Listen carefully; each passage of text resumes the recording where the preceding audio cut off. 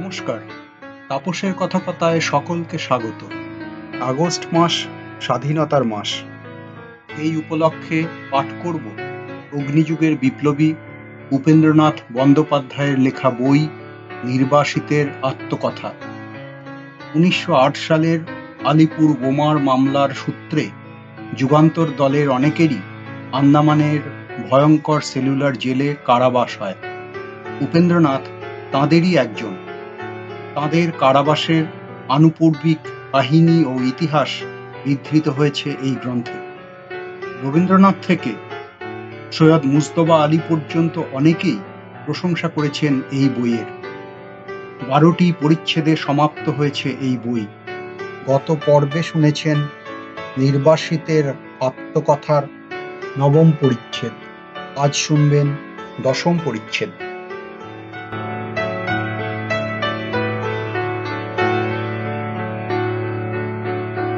বাংলা ভাষায় উঠতে লাথি বসতে ঝাঁটা বলিয়া যে একটা কথা আছে, তাহার অর্থ যে কি তাহা জেলখানায় ২-৪ দিন থাকিতে থাকিতেই বেশ বুঝিতে পারিলাম। একে তো আমাদের পরস্পরের সহিত কথা কহিবার জো নাই, তাহার উপর যেখানে আমাদের রাখা হইয়াছে সেখানে শুধু মাদ্রাজি আর ব্রহ্মদেশীয় লোক। কাহারও কথার এক বর্ণও বুঝিবার উপায় নাই। সারাদিন ঠক ঠক করিয়া নারিকেলের ছোবড়া পিটিয়া যাও, আর সন্ধ্যার সময় একটা অন্ধকার কুঠুরির মধ্যে কম্বল জড়াইয়া পড়িয়া থাকো। পুরা কাজ করিয়া উঠিতে পারিতাম না বলিয়া গালাগালি ও দাঁত খিঁচুনি প্রায়ই খাইতে হইত, কিন্তু উপায় নাই। একদিন সন্ধ্যার সময় গালাগালি খাইয়া মুখটি চুন করিয়া কুঠুরির মধ্যে বসিয়া আছি, এমন সময় একজন পাঠান প্রহরী জিজ্ঞাসা করিল, বাবু, কি হয়েছে? আমি গালাগালি খাওয়ার কথা বলিলাম। সমস্ত শুনিয়া সে বলিল, দেখো বাবু, আমি প্রায় ৫ বৎসর এই জেলে আছি। গালাগালি খেয়ে যারা মন গুমড়ে বসে থাকে তারা হয় পাগল হয়ে যায়, নয়তো মারামারি করে ফাঁসি যায়। ওসব মন থেকে ঝেড়ে ফেলাই ভালো। খোদা তাআলার হুকুমে এমন দিন চিরকাল থাকবে না। চুপ করিয়া গালাগালি সহ্য করার অভ্যাস কোশমিনকালেও ছিল না, কিন্তু পাঠানের মুখে খোদা তাআলার নাম সে রাত্রিতে বড়ই মিষ্টি লাগিয়াছিল।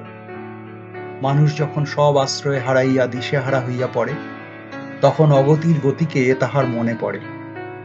সেই জন্যেই জেলখানায় দেখিতে পাই, যাহারা দুর্দান্ত পাষণ্ড তাহারাও এক এক গাছা মালা লইয়া মাঝে মাঝে নাম জপ করে।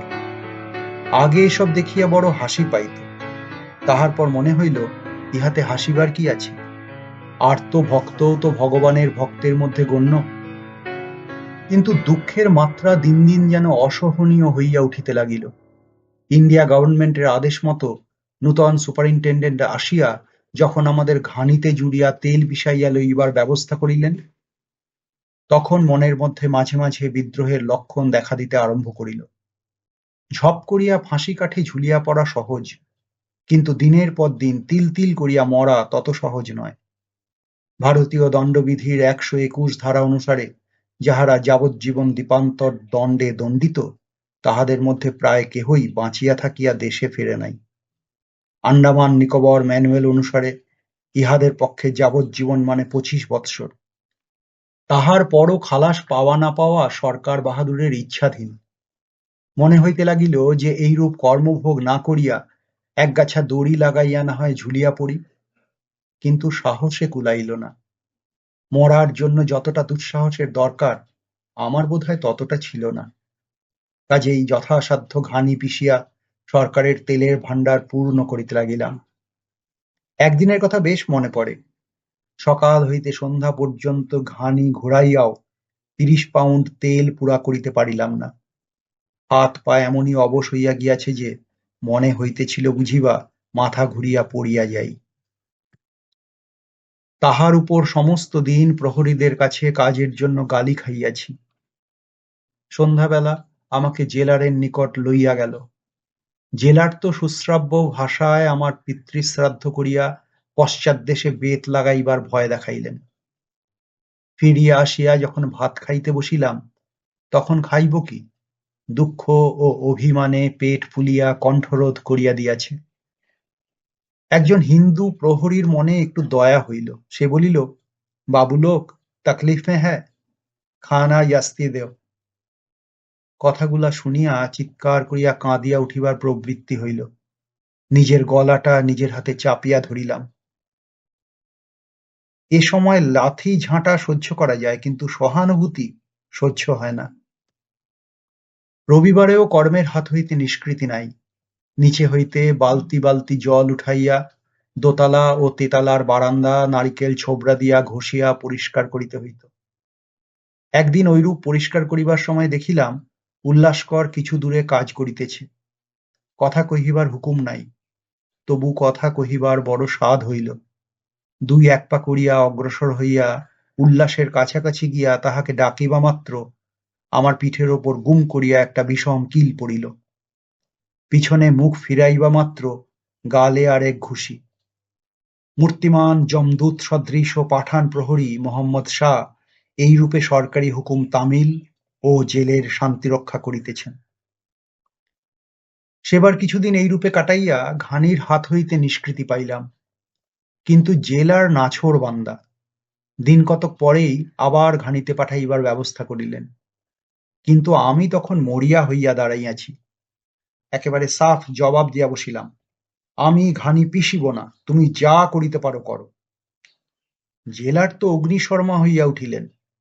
একটা কুঠুরিতে বন্ধ রাখিয়া পর্যায়ক্রমে হাতকড়ি, বেড়ি ও কঞ্জি, পেনাল রায়েট এর ব্যবস্থা হইল। শেষে শরীর যখন নিতান্তই ভাঙিয়া পড়িবার উপক্রম হইল, তখন আবার ছোবড়া পিটিবার অধিকার পাইলাম। কিন্তু ছোবড়া পিটিয়াই কি শান্তি আছে? প্রহরীরা, বিশেষত পাঠান ও পাঞ্জাবি মুসলমানেরা স্থির করিয়া লইয়াছিল যে আমাদের দাবাইতে পারিলেই কর্তৃপক্ষের প্রিয়পাত্র হওয়া যায়। কাজেই তাহারা সর্বদা আমাদের বিপদে ফেলিবার জন্য সচেষ্ট হইয়া থাকিত। ছোটখাটো খুঁটিনাটি লইয়া যে কতজনকে বিপদে পড়িতে হইয়াছে তাহার আর ইয়ত্তা নাই। একদিন কুঠুরির মধ্যে পায়ে বেড়ি দিয়া শুষ্ক ছোবড়া পিটিতেছি। দারুণ গ্রীষ্মে ও কঠোর পরিশ্রমে মাথা হইতে পা পর্যন্ত ঘামের স্রোত ছুটিয়াছে। ছোবড়া পিটিবার মুগুর মাঝে মাঝে লাফাইয়া লাফাইয়া আমারই মাথা ভাঙিয়া দিবার চেষ্টা করিতেছে। এমন সময় কুঠুরির বাহিরে একজন পাঞ্জাবি মুসলমান প্রহরীকে দেখিয়া ছোবড়াগুলা ভিজাইবার জন্য একটু জল চাহিলাম।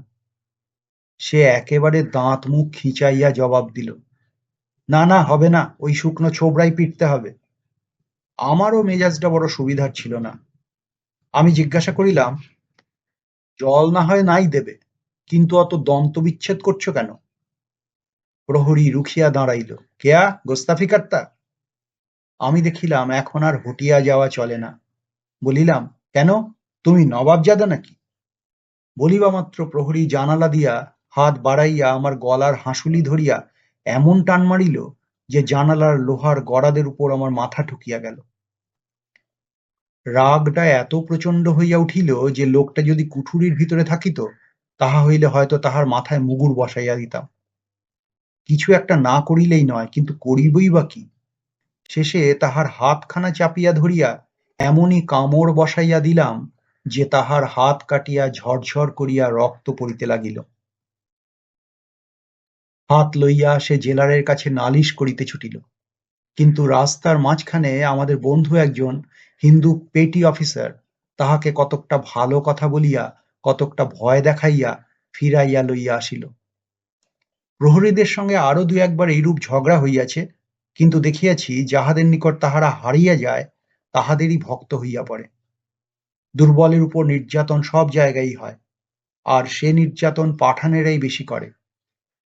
কিন্তু পাঠানদের সহস্র দোষ সত্ত্বেও একটা গুণ দেখিয়াছি যে যাহাকে একবার বন্ধু বলিয়া স্বীকার করিয়া লয়, নিজের মাথায় বিপদ লইয়াও তাহার সাহায্য করে। তাহাদের মধ্যে নৃশংসতা যথেষ্ট আছে, কিন্তু তাহাদের মনের দৃঢ়তা আমাদের দেশের লোকের চেয়ে অধিক। ধর্মঘটের সময় জেলার আমাদের দাবাইবার জন্য আমাদের উপর পাঠান প্রহরী লাগাইয়া দিত, কিন্তু পাঠান অনেক সময় বিশেষভাবে আমাদের বন্ধু হইয়া উঠিত। প্রবল দলকে আপনাদের সপক্ষে রাখিয়া আমরা আত্মরক্ষা করিবার চেষ্টা করিতাম। হিন্দু মুসলমানের ভেদটা জেলখানার মধ্যে মাঝে মাঝে তীব্র হইয়া উঠিত। স্বধর্মীদের উপর টানটা মুসলমানদের মধ্যে স্বভাবতই একটু বেশি। সেই জন্য জেলের মধ্যে কর্তৃত্বের জায়গাগুলা যাহাতে মুসলমানদের হাতেই থাকে, এই জন্য তাহারা সর্বদা চেষ্টা করিত। অধিকন্তু নানা প্রলোভন দেখাইয়া তাহারা হিন্দুকে মুসলমান করিতে পারিলেও ছাড়িত না। কোনরূপে হিন্দুকে মুসলমান ভাণ্ডারার খানা খাওয়াইয়া তাহার গোঁফ ছাটিয়া দিয়া একবার কলমা পড়াইয়া লইতে পারিলে বেহেশতে যে খোদাতালা তাহাদের জন্য বিশেষ আরামের ব্যবস্থা করিবেন, এ বিশ্বাস প্রায় সকল মোল্লারই আছে। আর কালাপানির আর্ত ভক্তদের মধ্যে মোল্লারও অসদ্ভাব নাই। কাজে কাজে এই হিন্দুর ধর্মান্তর গ্রহণ লইয়া উভয় সম্প্রদায়ের ধর্মধ্বজীদের মধ্যে প্রায়ই ঝগড়াঝগড়ি চলিত।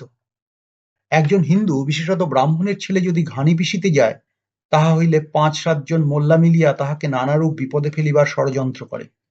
আর সে যদি মুসলমান হয়, তাহা হইলে যে কিরূপে পরম সুখে দিন কাটাইতে পারিবে, সে সম্বন্ধে নানারূপ প্রলোভন দেখায়। মুসলমানদের মতো আর্য সমাজীরাও জেলের মধ্যে প্রচার কার্য চালাইতে থাকে এবং ধর্মভ্রষ্ট হিন্দুকে আর্য সমাজভুক্ত করিয়া লইবার জন্য প্রাণপণে চেষ্টা করে। সাধারণ হিন্দুদের মধ্যে সেরূপ কোনো আগ্রহ দেখা যায় না। তাহারা দল হইতে বাহির করিয়া দিতেই জানে। নূতন কাহাকেও দলে টানিয়া লইবার সামর্থ্য তাহাদের নাই। এই দলাদলির ফলে আর কিছু হোক আর না হোক, হিন্দুর টিকি ও মুসলমানের দাড়ি সেখানে যথেষ্ট পরিমাণে বাড়িয়া গিয়াছে। বাংলার নিম্ন শ্রেণীর মধ্যে যাহারা দেশে কস্মিনকালেও টিকি রাখে না, তাহারাও কালাপানিতে গিয়া হাত দেরেক টিকি গজাইয়া বসে। আর মুসলমানেরা দুলিয়া দুলিয়া আলীর সহিত হনুমানের যুদ্ধ, শিবের সহিত মহম্মদের লড়াই, সোনাভান বিবির কেচ্ছা প্রভৃতি অদ্ভুত অদ্ভুত উপাখ্যান পাঠ করিয়া পরকালের পাথেয় সংগ্রহ করিতে লাগিয়া যায়। আমরা হিন্দু মুসলমান সকলকার হাত হইতেই নির্বিচারে রুটি খাই দেখিয়া মুসলমানরা প্রথম প্রথম আমাদের পরকালের সদ্গতির আশায় উল্লসিত হইয়া উঠিয়াছিল। হিন্দুরা কিঞ্চিৎ ক্ষুণ্ণ হইয়াছিল। শেষে বেগতিক দেখিয়া উভয় দলই স্থির করিল যে আমরা হিন্দুও নই, মুসলমানও নই, আমরা বাঙালি। রাজনৈতিক কয়েদি মাত্রেরই শেষে সাধারণ নাম হইয়া উঠিল বাঙালি। দুঃখের কথা, লজ্জার কথাও বটে যে দলাদলিটা শুধু সাধারণ কয়েদিদের মধ্যেই আবদ্ধ ছিল না। রাজনৈতিক কয়েদিদের মধ্যেও দলাদলির অভাব ছিল না। আমাদের সংখ্যা বৃদ্ধি পাইবার সঙ্গে সঙ্গেই দলাদলির বেশ পুষ্টি হইতে লাগিল। যাহারা টলস্টয়ের রেজারেকশন নামক গ্রন্থখানি পাঠ করিয়াছেন, তাহারা জানেন যে সে পুস্তকখানিতে বিপ্লবপন্থীদিগের মনস্তত্ত্বের কিরূপ সুন্দর চিত্র বর্ণিত হইয়াছে। সে বর্ণনা যে কত সত্য, তাহা নিজেদের দলের দিকে লক্ষ্য করিয়াই বুঝিতে পারিলাম। বাস্তবিকই সাধারণ বিপ্লবপন্থীরা নিজেদের একটু বড় করিয়াই দেখে। একটু অহংকার ও আত্মবিশ্বাসের মাত্রা বেশি করিয়া থাকে বলিয়াই হয়তো তাহারা কাজে অগ্রসর হইতে পারে। কিন্তু আমার মনে হয় তাহাদের চরিত্রে যতখানি তীব্রতা থাকে, ততখানি গভীরতা থাকে না। তাহারা সাধারণত কল্পনাপ্রবণ ও এক দেশদর্শী, এবং তাহাদের মধ্যে অধিকাংশই নিউরোটিক।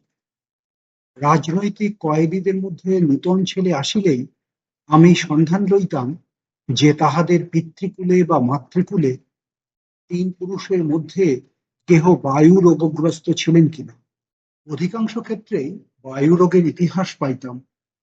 আমার পুরাতন বন্ধুবর্গ হয়তো কথাটা শুনিয়া আমার উপর চটিয়া যাইবেন, কিন্তু ক্রোধের সেরূপ অপব্যয় করিবার কোনো কারণ নেই, কারণ আমিও তাহাদের দলভুক্ত এবং আমার পিতামহী বায়ু রোগগ্রস্ত ছিলেন। বিপ্লবপন্থীদিগের এই চরিত্রগত বিশেষত্ব জেলের বাহিরে কাজকর্মের উত্তেজনায় অনেক সময় চাপা পড়িয়া থাকে, কিন্তু জেলের ভিতর অন্যরূপ উত্তেজনার অভাবে তাহা নানারূপ নিরর্থক দলাদলির রূপ ধরিয়া দেখা দেয়।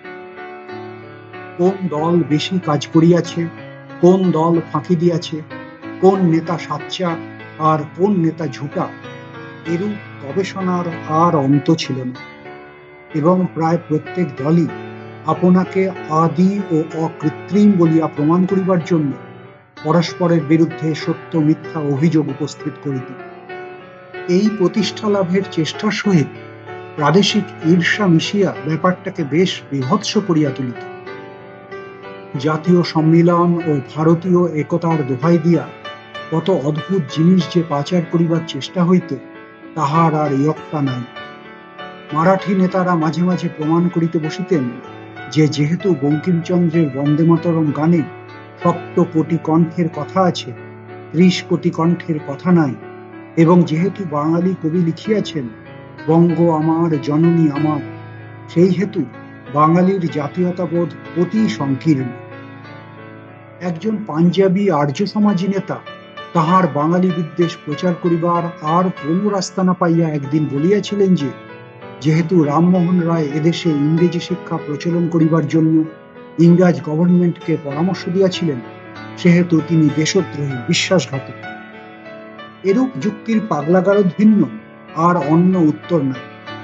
মারাঠি নেতাদের মনে এই বাঙালি বিদ্বেষের ভাবটা কিছু বেশি প্রবল বলিয়া মনে হয়। ভারতবর্ষে যদি একতা স্থাপিত করিতে হয়, তাহা হইলে তাহা মারাঠার নেতৃত্বেই হওয়া উচিত। ইহাই যেন তাহাদের মনোগত ভাব। হিন্দুস্থানি ও পাঞ্জাবিরা গোয়ার, বাঙালি বাক্যবাগীশ, মাদ্রাজি দুর্বল ও ভীরু। একমাত্র পেশোয়ার বংশেরাই মানুষের মতো মানুষ। নানা যুক্তিতর্কের ভিতর দিয়া এই সুরি ফুটিয়া উঠিত। এই সমস্ত অন্তর্বিরোধের ফলে বহুদিন ধরিয়া ধর্মঘট বিশেষ ফলদায়ী হয় নাই।